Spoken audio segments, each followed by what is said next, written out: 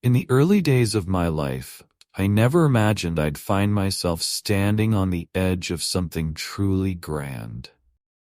Growing up in a small town, the biggest adventures I knew were the ones I read about in books or saw in the rare travel magazines that my mother would pick up from the local library. I was always captivated by stories of explorers, brave souls who crossed deserts, climbed mountains, and dived deep into unknown waters. To a young boy like me, those journeys seemed like dreams. Beautiful, but so far from my everyday world. My family was small, and we led a quiet, predictable life. My father worked long hours, while my mother kept our household running smoothly. She was a gentle woman, full of love and laughter, but always cautious when it came to talk of the world outside. "Stay safe. Stay close to home," she'd often say. But as I grew older, I felt a strange pull in my chest, a longing to see the world beyond our town, to follow the footsteps of those explorers in my books. One afternoon, while walking home from school, I stopped at a familiar shop, its window display filled with maps, compasses, and strange artifacts. An old globe caught my eye, its surface marked with tiny pins in places I could hardly pronounce.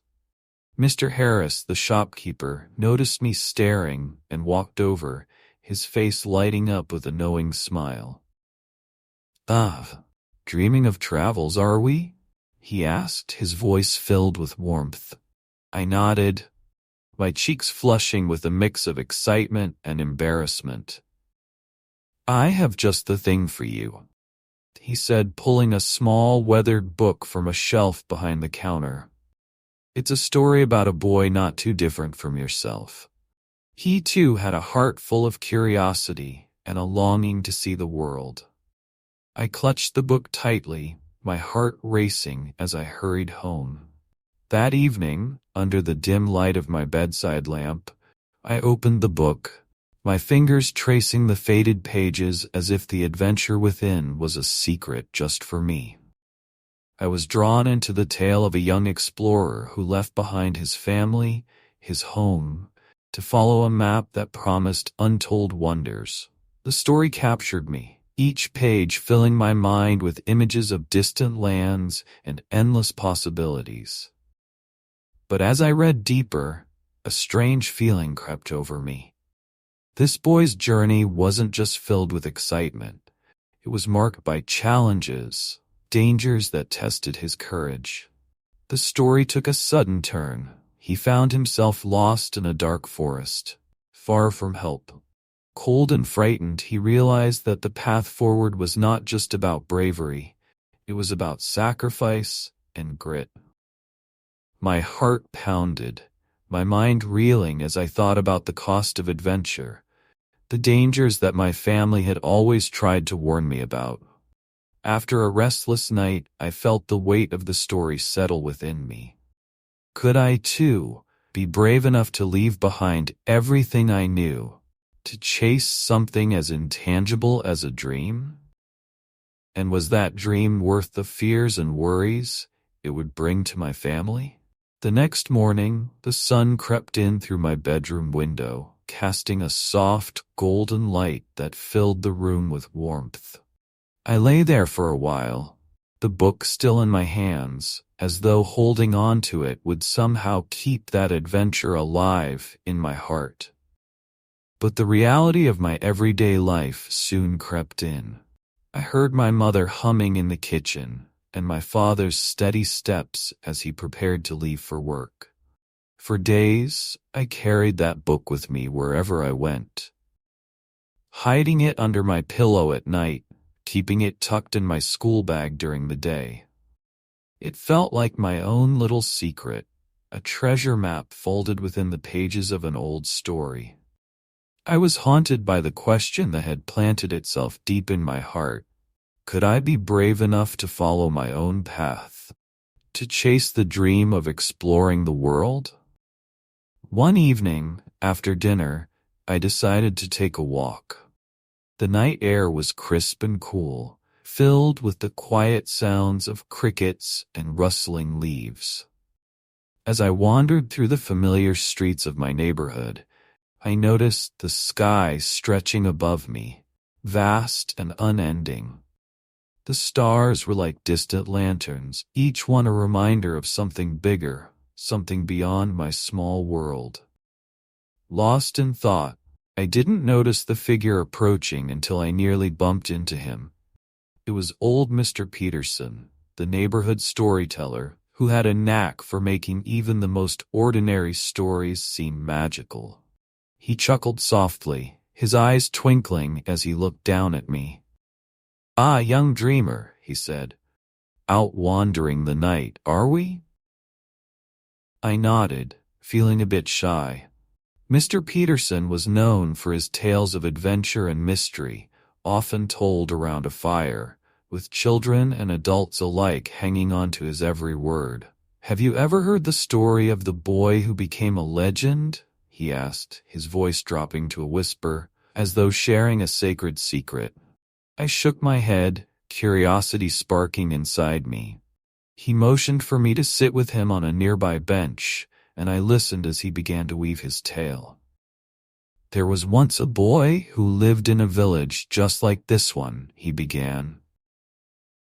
"But he had a heart that longed for something more. Every night he would gaze at the stars and dream of places far beyond his reach. One day he found a map that promised him a path to a hidden world." I listened, spellbound, as he told the story of a boy who left his home, his family, to follow the map's promise. He faced wild beasts, crossed rivers that could sweep him away, and climbed mountains that tested his every limit. But he pressed on, driven by a dream so powerful it couldn't be tamed. When he finally returned, he was no longer just a boy. He was a legend. As Mr. Peterson finished, he looked at me with a knowing smile. "Every great journey begins with a step into the unknown. Young dreamer, the question is, are you willing to take that step?" I didn't answer, but his words settled deep within me, like a seed waiting to grow. That night, as I lay in bed, I felt a strange excitement bubbling inside me, mixed with fear and wonder. My heart raced as I imagined myself on that path, crossing rivers, facing wild beasts, and returning changed. But a part of me still hesitated, held back by the voices of caution, by the warmth and safety of home. Days turned into weeks, but the longing didn't fade. Every star in the night sky seemed to call to me, whispering of lands unseen and mysteries untold. I knew I had to make a choice, to stay safe in the familiar or to step into the unknown and risk everything. One evening, just as the sun was setting, I found myself sitting with my parents in the living room. My mother was knitting by the fireplace, her hands moving in a steady rhythm, while my father read the evening paper. The warmth of the room, the comforting sounds of my parents nearby, made me hesitate once more. Could I really leave this all behind? But before I knew it, the words spilled out. "Mom, Dad, I want to go on a journey." They looked at me, surprised, and for a moment, there was silence. My mother's hand stopped knitting, and my father lowered his newspaper, his eyes narrowing as he studied my face. "A journey?" my father finally said, his voice a mixture of curiosity and concern. "Where to, son?" "To the places I've only read about," I replied, feeling a surge of courage. "I want to see the world, to explore, just like the adventurers in my books." My mother's face softened, her eyes filling with a mixture of pride and worry. "But you're still so young," she said gently. "The world is vast and unpredictable." "Yes, but that's exactly why I want to go," I replied, my voice growing steadier. "I need to know what's out there, to see things for myself." My father sighed, his expression unreadable. For a moment he looked at me as if seeing me for the first time, not as his young son, but as someone with dreams and ambitions of his own. "Son," he said, placing a hand on my shoulder, "adventure isn't just about the excitement. It's about facing challenges, making sacrifices, and sometimes even facing fear. Are you prepared for that?" I nodded, even though a part of me wasn't entirely sure. But I knew that this was something I had to do. The longing in my heart was too strong to ignore. My parents exchanged glances, and I saw the worry in their eyes, a flicker of hesitation, but I also saw a glimmer of pride. They were beginning to understand that this was more than a whim. It was something I felt deeply, a calling that wouldn't let me rest until I answered it. After a long silence, my father spoke, his voice thick with emotion. "If you're determined to go, then we'll support you. But remember, son, the road ahead won't be easy." He reached over and placed something in my hand, a small compass with a brass cover, worn and smooth from years of use. "This belonged to my father," he said, his eyes clouded with memories. "He used it in his travels, and now it's yours." Holding that compass, I felt a connection to a past I'd never known, a sense of continuity that grounded me. I looked up at my parents, my heart swelling with gratitude. "Thank you," I whispered, overwhelmed by their support and the weight of the journey that lay ahead. The next few days were a blur of preparations. I packed a small bag with essentials, each item carefully chosen, each with a purpose. My mother insisted on packing some extra food, just in case, as she said with a nervous smile. She tucked a note into my pocket, folded so small, I almost didn't notice it, but I knew it was there, a reminder of her love and her hopes for my safety. On the morning of my departure, I hugged them both tightly, the finality of it hitting me. I felt a pang of fear mixed with excitement, a cocktail of emotions that made my head spin. With my father's compass in my hand and my mother's note tucked close to my heart, I set off.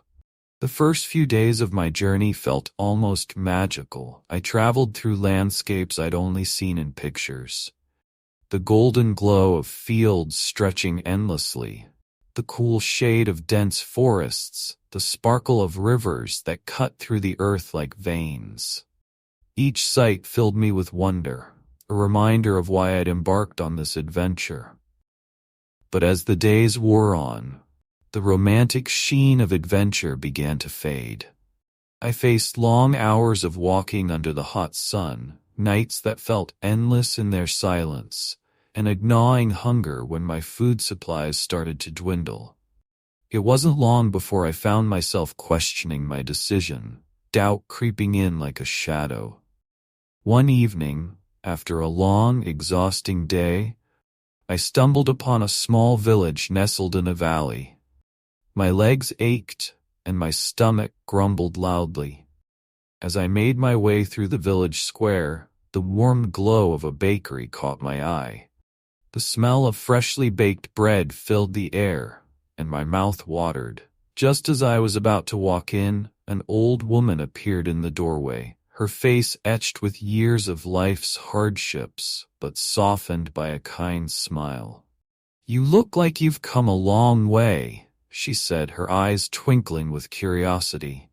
I nodded, too tired to say much. She beckoned me inside, offering me a seat and a warm slice of bread fresh from the oven. "Thank you," I murmured, feeling a surge of gratitude for this small act of kindness. As I bit into the bread, the warm, comforting taste reminded me of home, of my mother's cooking, and a pang of homesickness hit me. We talked as I ate, and I told her a little about my journey, my dreams of adventure. She listened with a gentle smile, nodding as if she understood. When I finished, she looked at me thoughtfully. "You know," she began, "my husband was a traveler too. Always chasing the next adventure, always seeking something more. He was a brave man, but he had one weakness. She paused, her face shadowed by a hint of sadness. He never knew when to come home. Her words struck a chord in me, a reminder of the life I'd left behind. I realized that in my pursuit of adventure, I'd been so focused on the unknown that I hadn't thought about what I might lose along the way. The thought lingered with me as I left the village, her parting words echoing in my mind. As I ventured deeper into unfamiliar lands, the challenges grew. I faced harsh weather, unexpected obstacles, and moments of doubt that tested my resolve. But each time I felt like giving up, I remembered the stories I'd read, the bravery of explorers who had gone before me. And I remembered my parents' faces, the love and pride they'd shown despite their fears. One afternoon, as I made my way up a steep mountain path, a storm rolled in, sudden and fierce. Thunder rumbled and rain poured down, soaking me to the bone. I stumbled, my feet slipping on the wet rocks, and for a moment panic seized me. The path ahead was shrouded in fog, and I felt utterly alone, like a tiny speck in a vast and different world. But then, through the roar of the storm, I heard a faint voice. It was a memory, my mother's voice from when I was a child, comforting me after a bad dream. "You're stronger than you know," she had whispered, holding me close. "You can face anything." Drawing on that memory, I took a deep breath and pressed on, one step at a time. Each step felt like a victory, a reminder that fear was just another part of the journey. Eventually, the storm passed, and I found myself standing on a high cliff. The world spread out before me in all its raw beauty. The sun broke through the clouds, casting a golden light over the landscape, and I felt a surge of triumph, a deep sense of accomplishment. In that moment, I realized that this journey was not just about reaching a destination. It was about discovering my own strength, my resilience, and the courage to face the unknown. As I stood there, a laugh bubbled up inside me, surprising me. It was a laugh of pure joy, of relief and exhilaration all at once. I knew that the journey was far from over, that there would be more challenges ahead. But for the first time, I felt ready to face them. With renewed determination, I continued on, my heart lighter than it had been since I'd left home. The world was still vast and unknown, but now it felt less daunting, as if each step forward was a step toward something greater than myself. And as I walked, I whispered a silent promise, to return one day, to share my stories with those I loved, and to bring a piece of the world back with me. Because in the end, adventure wasn't just about leaving. It was about finding the way back, stronger and wiser than before. Absolutely, let's continue building the journey, keeping each step suspenseful and emotionally layered. The days that followed felt like a dream. I wandered through forests so thick with trees that sunlight only peeked through in narrow beams, casting dappled shadows on the ground. Each step took me deeper into a world that felt ancient, untouched. The beauty of it all filled me with awe. But there were moments, usually in the silence, that a quiet fear crept in. I began to question whether I would find my way back. The road was a mixture of wonder and mystery, and I was on my own to navigate it. One evening, as twilight settled over the forest, I stumbled upon a strange clearing. There, in the middle of a circle of trees, sat an enormous boulder with odd, worn markings. Intrigued, I moved closer, brushing my hand over its rough surface. Suddenly, I heard a rustling in the underbrush, and my heart leapt.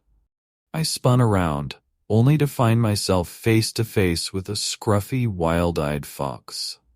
The fox sat down, its head tilted in curiosity, and we stared at each other for a long moment. Then, to my utter surprise, it barked, almost like laughter. For a split second, I could have sworn it was mocking me, this creature of the forest, staring at a rock as if it held secrets. I couldn't help it. I burst out laughing too. Here I was, a boy on a grand adventure, startled by a fox. "All right, you've had your laugh," I said, still chuckling, as the fox trotted off with one last backward glance. The next morning I continued onward, feeling strangely lighter after my encounter with the fox. Each step seemed to bring new surprises, new encounters that wove together the ordinary and the magical in ways I hadn't expected. But as the days wore on, I began to feel a deep fatigue settling into my bones. I had long ago run out of the food my mother packed, and now every mile felt like a marathon.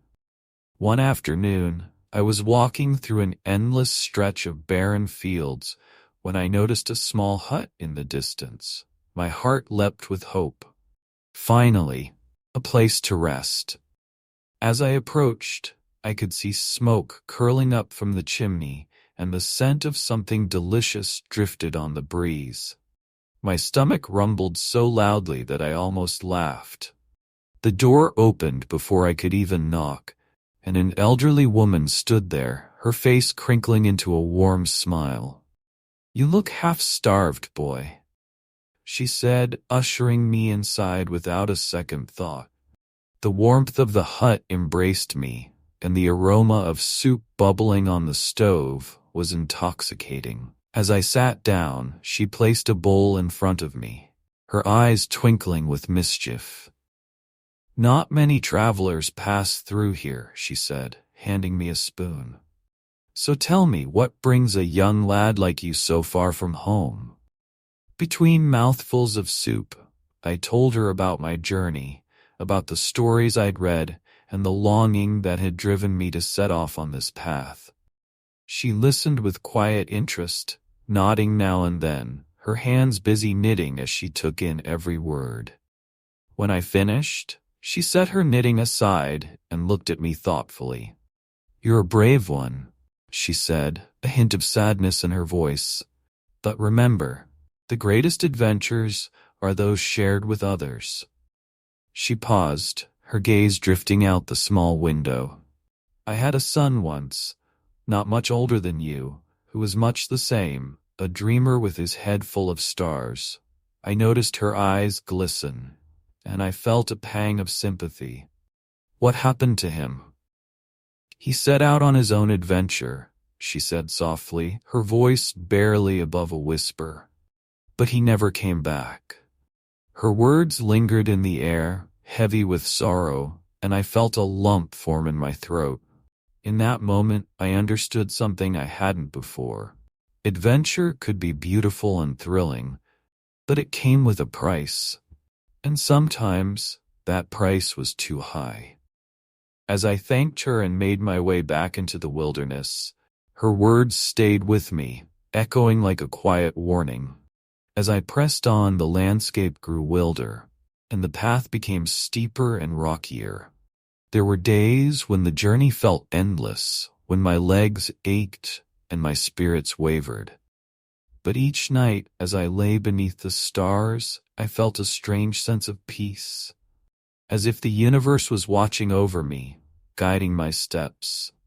One morning, as I climbed a particularly rugged hill, I stumbled upon a narrow ledge overlooking a vast, mist-covered valley. My breath caught at the sight. The valley stretched out before me, a sea of green and silver beneath the rising sun. I stood there, feeling a sense of triumph and awe, as though the world had opened its arms to show me its beauty. In that quiet moment, I felt a presence beside me. Turning, I was startled to see the fox again, its eyes bright and curious.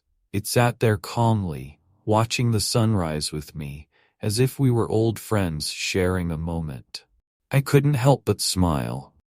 "Thanks for sticking with me," I whispered, feeling a strange kinship with this wild creature. The fox blinked, as if in agreement, and then, with one last glance, it slipped away into the trees. I watched it go, a part of me wishing I could follow to see the world through its eyes. Days turned into weeks, and I wandered through mountains, across rivers, and through dense forests, each step taking me further from the boy I'd been when I first set out. I'd learned to survive on my own, to face fears I hadn't known existed, and to find joy in the simplest of things: a warm sunbeam, the sound of birds singing, the taste of wild berries. But as my journey continued, I began to feel the pull of home. A quiet ache that grew stronger with each passing day. I found myself longing for familiar faces, for the warmth of my mother's embrace and the steady comfort of my father's voice. I realized that, as much as I loved the thrill of the unknown, there was a part of me that yearned for the life I'd left behind. One evening, as I sat by a crackling fire, I took out my father's compass. The brass cover was tarnished, but it felt solid and familiar in my hand, a reminder of my roots, of the people who had made me who I was. The needle pointed steadily north toward home, and I felt a surge of emotion, a mixture of relief and sadness. I knew it was time to return. The journey back was filled with a new kind of adventure, one that was quieter, more introspective. I retraced my steps, passing through villages where I'd met kind strangers, over mountains where I'd stood in awe of the world's beauty, and through forests where I'd felt the thrill of discovery. Each place held a memory, a piece of the person I'd become. When I finally reached the edge of my village, the sun was setting, casting a warm glow over the rooftops. I stood there for a moment, taking it all in, my heart pounding with anticipation. I hadn't realized how much I'd missed this place, the quiet familiarity of home. As I walked down the path toward my house, I saw my parents waiting outside, their faces lighting up with joy and relief. My mother ran to me, wrapping me in a hug that was both fierce and tender, while my father placed a steady hand on my shoulder, his eyes misty with pride. "Welcome home, son," he said, his voice thick with emotion. In that moment, I knew that my journey had changed me, that I was no longer the boy who had set out with dreams of adventure. I was someone stronger, wiser, and filled with a newfound appreciation for the life I had. Later that evening, as we sat together, I shared my stories, recounting each adventure, each moment of fear and wonder. My parents listened, their faces a mix of awe and pride, and I saw in their eyes a recognition of the boy they had raised, a boy who had gone into the world and returned home. As I finished my tale, my father handed me the compass once more, his eyes filled with a quiet understanding. "There will always be new horizons to chase," he said softly, "but remember, no matter where you go, home will always be waiting." I held the compass close, feeling a warmth that went beyond words. My journey had taught me many things, but the most important lesson was this: adventure was not just about leaving, it was about returning, carrying a piece of the world with you, and finding a new appreciation for the place that would always be your anchor. As I gazed at the familiar faces around me, I realized that my journey wasn't just about the places I'd been or the things I'd seen. It was about discovery, resilience, and the understanding that sometimes the greatest adventures bring us right back to where we started, with a heart full of stories, a mind rich with lessons, and a soul that's seen the world. But my story doesn't end here. Every adventure leaves behind a spark, a question, a curiosity that beckons us forward. For every path traveled, there are countless more waiting to be explored. Thank you for joining me on this journey. If you love stories that inspire, adventures that excite, and lessons that make learning English both fun and memorable, don't forget to subscribe to Easy English Class. There are so many more tales to tell, so many worlds to explore, and every story brings us a little closer to the heart of language and the beauty of discovery. Join us next time as we dive into new stories that take you on unforgettable journeys, one word, one adventure at a time. See you soon.